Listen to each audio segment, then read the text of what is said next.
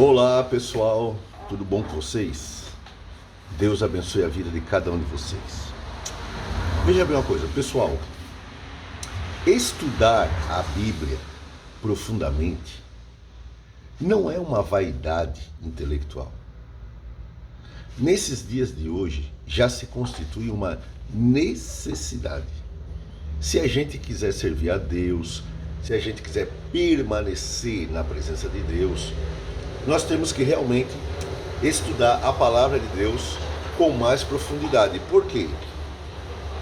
Porque o próprio Cristo e seus apóstolos, quando aqui tiveram, eles advertiram que iria haver falsos mestres, falsos profetas, falsos ensinos, doutrinas de demônio e por aí por diante.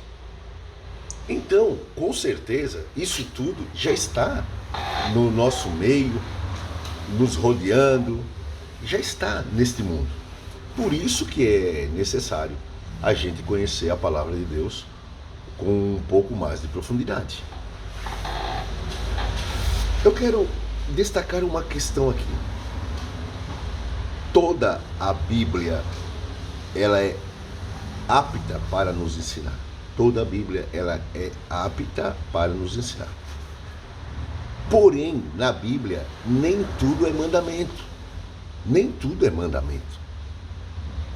Você não vai pegar as prescrições de Levíticos e aplicar para a tua vida. Se você é um cristão em Cristo Jesus. O sacrificar cordeiros às 9 horas da manhã e depois outro às 3 horas da tarde. A igreja não faz isso. Mas Israel fazia isso. Por quê? Porque na Bíblia tem palavra de Deus e de Jesus, né? De Deus e de Jesus. Um barbarismo que eu cometi aqui, né? Tem palavra de Deus para Israel, tem palavra de Deus para a igreja, sem Israel, só a igreja, e tem palavra de Deus para o Israel de Deus, que é a igreja juntamente com os judeus. Tem palavra de Deus, claro, porque a igreja é composta de gentios e de judeus. Mas os judeus não deixaram de existir. Eles não foram diluídos dentro da igreja. Existe este povo de Deus, que ainda é de Deus, e no futuro será restaurado como o regente de Cristo no seu reino milenal, os judeus. Mas existe palavra de Cristo ali para a igreja, né, que é o Israel de Deus. Ok? O sermão do capítulo 24 de Mateus é para Israel, não é para o Israel de Deus, é para o Israel, não é para as nações gentílicas, não, é para os judeus, israelitas, descendentes de Abraão, de carne, sangue e ossos. Cristo começa aquele sermão ali dizendo assim, ó: quantas vezes eu quis ajuntar vocês, como a galinha ajunta os seus pintainhos debaixo das asas, e vocês não quiseram. A igreja fez isso, a igreja não quis. Quando Cristo quis ajuntar e proteger a igreja não quis. Claro que quis. Para quem que ele está falando ali? O povo que o rejeitou. Veio para os seus.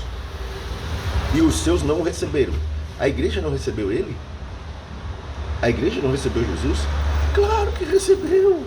Então o que está falando ali? Está falando para a nação étnica de Israel. E assim tem muitas coisas na Bíblia. Tem muitas coisas na Bíblia dessa forma. No capítulo 7, eu estou com a minha Bíblia aqui, tá? Para vocês verem que não é o livro de São Cipriano. Porque tem gente que parece estar usando o livro de São Cipriano aí, não a Bíblia. No capítulo 7, no versículo 15 até o versículo 23, Jesus começa falando assim, ó. Ele começa falando para a igreja tomar cuidado com os falsos profetas. Acautelai-vos, porém, dos falsos profetas que vêm até vós, disfarçados em ovelhas, mas interiormente são lobos devoradores. Ou seja, ele estava falando para a igreja tomar cuidado com os falsos profetas que iriam vir até eles como lobo devorador. Deu de entender? Ele está alertando o seu povo contra os falsos profetas. Então, o que ele vai falar do versículo 16 agora aqui até o 23 são características dos falsos profetas e não da igreja. Não da igreja. É porque também a gente tem que entender um pouquinho de português. Senão vai fazer uma salada de fruta, pegando o que Cristo falou dos falsos profetas e aplicando na igreja, que é o que 95% faz. Jesus estava falando para a igreja tomar cuidado com os falsos profetas. Dá de entender? Dá de entender aqui, ó. Acautelai-vos, porém, dos falsos profetas que vêm até vós. Vós, pronome indefinido, né, da segunda pessoa. Vós. Dizem, disfarçados em ovelha, mas interiormente são lobos devoradores. Pelos seus frutos, pelos seus. Ele não está falando da igreja. Ele está dizendo o fruto da igreja. Ele está falando do fruto dos falsos profetas. Pelos seus frutos, eles, não a igreja, os conhecereis. Jesus está ajudando a igreja a reconhecer os falsos profetas. Ele não está falando para a igreja. Colhem-se uvas dos espinheiros ou figos dos abrolhos? Não. Do mesmo modo, toda árvore que produz bons frutos e toda árvore que produz do mesmo modo, toda árvore boa produz bons frutos e toda árvore má produz frutos maus. De quem que ele está falando? Da igreja? Não.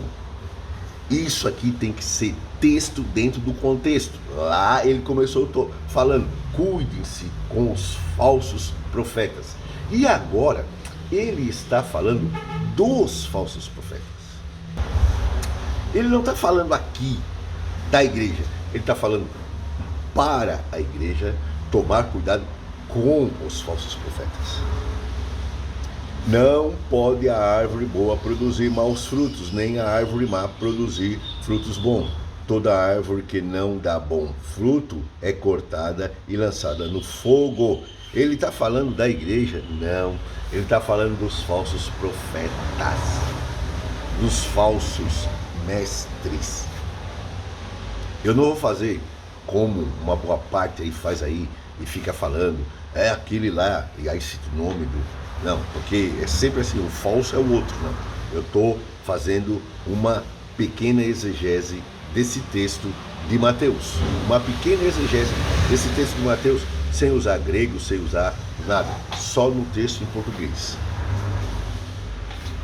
Toda árvore que não dá bom fruto é cortada e lançada no fogo. Jesus falando em figuras de linguagem dos falsos profetas. Portanto, pelos seus, vocês, tá? Vão conhecer eles pelos seus frutos. Pelos seus frutos os conhecereis. Tá? Eles vão dar fruto. Qual é o fruto deles? O fruto deles é a continuação da vida deles. Eles falam muita coisa, falam em amor, falam em fidelidade, falam em santidade. Mas o que eles fazem? Nada correspondente àquilo que eles ensinam também. Amor é pela sua família. O pobre, faminto, não é alvo deste amor. Por quê? Porque tem 1001 explicação. Não pode ajudar um pobre, porque se ajudar um vai ter que ajudar todo mundo. Não pode ajudar um pobre, porque se ajudar hoje vai ter que ajudar sempre. Não pode ajudar o pobre, porque o que é de Deus não é para o pobre. Vamos lá. Agora, isso daqui é empurrado para a garganta da igreja, assim, ó. Não é nem com a mão, é com o pé, tá? Mas não é para a igreja que Jesus está falando. Jesus está falando para eles, para os falsos profetas. Não é para a igreja. Nem todo que me diz Senhor, Senhor, entrará no reino dos céus. Nem todo. Mas isso aqui não é para os irmãos que estão lá na igreja, os irmãos que largaram o mundo, as pessoas que estão lá com suas fraquezas, com seus erros, e que pecaram e que falharam, mas nada disso desabonou eles de serem servos, filhos ou ovelhas do pasto do Senhor, porque Cristo é o que os perdoa, os restaura, os redime, os levanta. Eles querem fazer o quê? A arma está apontada para os falsos profetas querem pegar a arma e direcionar para as ovelhas. Nem todo que me diz Senhor, Senhor, está no mesmo contexto, está aqui, ó, do versículo 15 ao versículo 23, do capítulo 7 de Mateus.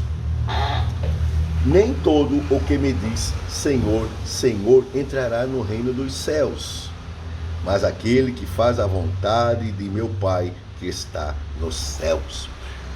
Viu? E aí o que os falsos profetas vão falar? Vão falar que tu tem que fazer a vontade de Deus, porque senão tu não vai entrar no céu. E Jesus falou que tu não vai entrar no céu se tu não fizer a vontade de Deus. Não, Jesus não está falando para ti, Jesus não está falando para a igreja, Jesus está falando para os falsos profetas. A vontade de Deus é que creiam naquele que Ele enviou. Tu não crê em Jesus Cristo? Não, a vontade de Deus é o seguinte, é tu andar no mês de janeiro, um calor de 38 graus, com um terno de lã, para dar um ataque aí dos nervos aí por causa do calor. Isso é a vontade de Deus. A vontade de Deus é que tu fica com o sovaco cheio de cabelo até o joelho. Isso é a vontade de Deus.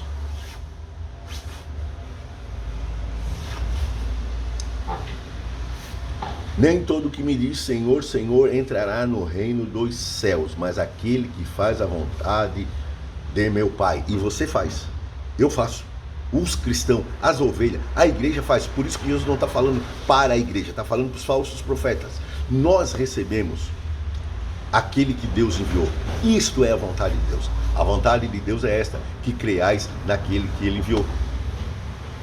O que é, meu Deus do céu? Qual é a vontade de Deus? A vontade de Deus é eu dar tudo que eu tenho na minha vida, carro, casa, dinheiro, tudo, para os falsos profetas. E ficar assim, ó. E depois ir lá pedir uma ajuda, ganhar um coice no pulmão. Essa é a vontade de Deus, que eles ensinam. Mas o que a Bíblia ensina, a vontade de Deus é crer em Jesus, que foi enviado pelo Pai. Muitos me dirão naquele dia, Senhor, Senhor, não profetizamos nós em teu nome? É para a igreja que ele está falando isso aqui? Não é, é para os falsos profetas. Não profetizamos nós em teu nome, e em teu nome não expulsamos demônio? E em teu nome não fizemos muitos milagres? Então lhes direi abertamente, nunca vos conheci. Não é a sua ovelha, as suas ovelhas, que ele morreu para salvar as ovelhas. Como é que ele não conhece as ovelhas que ele morreu para salvar? Oh, é claro, ele está falando para aqueles falsos profetas que vieram para o quê? Como ele disse? Lobos devorador, que vieram para devorar o rebanho, que vieram para destruir o rebanho, que vieram para desunir o rebanho, que vieram para acabar com o rebanho. É para eles, não é para a igreja. Muitos são as pessoas que servem a Deus com o coração angustiado, pensando que estão enquadrados nessa palavra, porque o falso profeta pegou o cano da 12, da Winchester, que estava mirada para ele, ele pegou e virou para a ovelhinha do Senhor Jesus Cristo. E a ovelhinha está com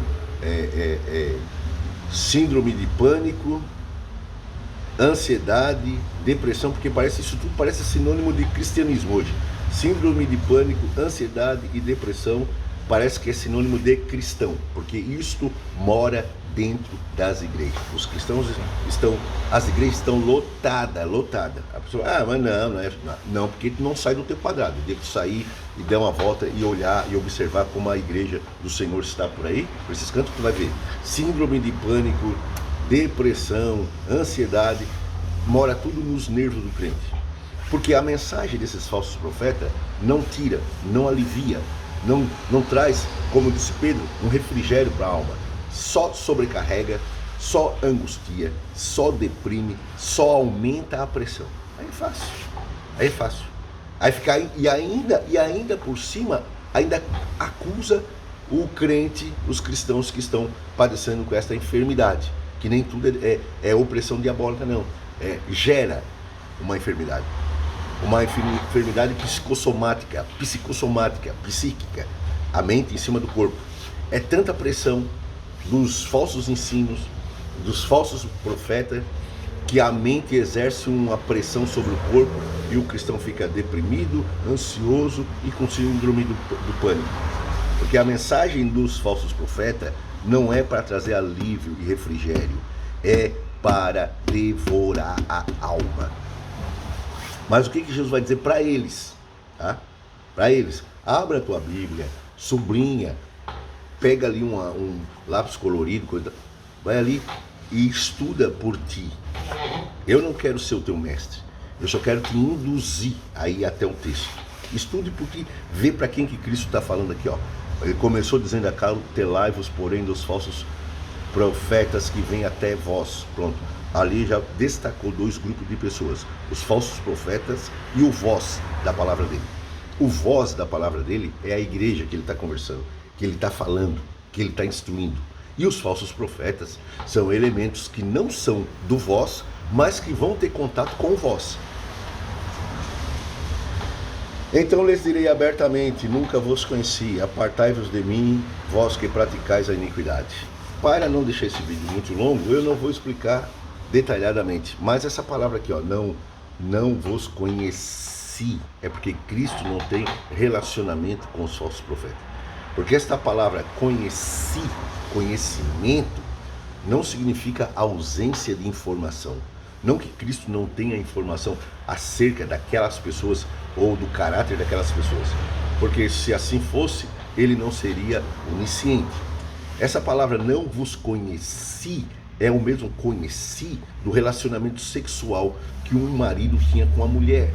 E conheceu Adão, a Eva, sua mulher, e ela concebeu. E conheceu o fulano, a sua esposa, e ela concebeu um filho. E conheceu. Está cheio na Bíblia dessa palavra conheceu, como indicando relacionamento íntimo, o mais íntimo, entre homem e mulher. Jesus está dizendo aqui para os falsos profetas: eu não tenho relacionamento íntimo com vocês, vocês não têm relacionamento íntimo comigo. Vocês curaram o enfermo, que não precisa ser batizado com o Espírito Santo para isso, expulsaram o demônio, que também não precisa ser batizado com o Espírito Santo para isso, e curar enfermo, expulsar demônio e profetizar, que também não precisa ser batizado com o Espírito Santo para isso, porque o próprio Caifás profetizou no ano da morte do Senhor. Está escrito em João, depois que os fariseus fizeram um plano para matar Lázaro, que Jesus tinha ressuscitado. Caifás, diz a Bíblia, sem saber, profetizou naquele ano, porque ele era sumo sacerdote, mas não era batizado com o Espírito Santo. Então não precisa de batismo para o Espírito Santo para fazer essas coisas. Uma das coisas que os falsos mestres fazem também é desprezar o batismo com o Espírito Santo. Algo tão glorioso que Daniel queria viver nessa época. A Bíblia diz que os profetas tentavam descobrir qual a época que o Espírito indicava sobre essas coisas. Que coisas? As coisas que o próprio Joel profetizou, que o Espírito Santo viria sobre o ser humano sem distinção agora, sobre toda a carne agora, sobre os servos também, sobre as servas, sobre... Não tem mais distinção, não é mais agora só em reis, sacerdotes e profetas. Agora é sobre todo mundo. Os profetas, eles queriam viver nesta época, eles queriam ver isto. Eles queriam ver as igrejas, os crentes falando em línguas estranhas, tendo dom de visão, de revelação, de profecia. Eles queriam. Isso foi uma coisa gloriosa que foi profetizada durante os tempos. Mas o que os falsos profetas de hoje fazem? Gospem em cima disso, menosprezam isso, como se Deus fosse um tolo que desse algo para nós que não tem valor, que hoje é uma coisa banal, que é secundária, que isso não importa de nada. Como eles, né? Eles, A cabeça é do tamanho de um fusca, mas o cérebro é do tamanho de uma ervilha. Eles é que sabem o que é o melhor para a igreja. Não Jesus, não o Espírito Santo e não os profetas. Por isso eles gospem no batismo com o Espírito Santo, eles menosprezam, eles zombam, eles ridicularizam. Sabe por quê? Porque eles são falsos profetas. Seja eles quem for. E eu digo isso aqui no vídeo e digo na cara de quem quiser me contestar. Falsos profetas, todos aqueles que desprezam e menosprezam as coisas que Deus deu. Amém? Até uma próxima.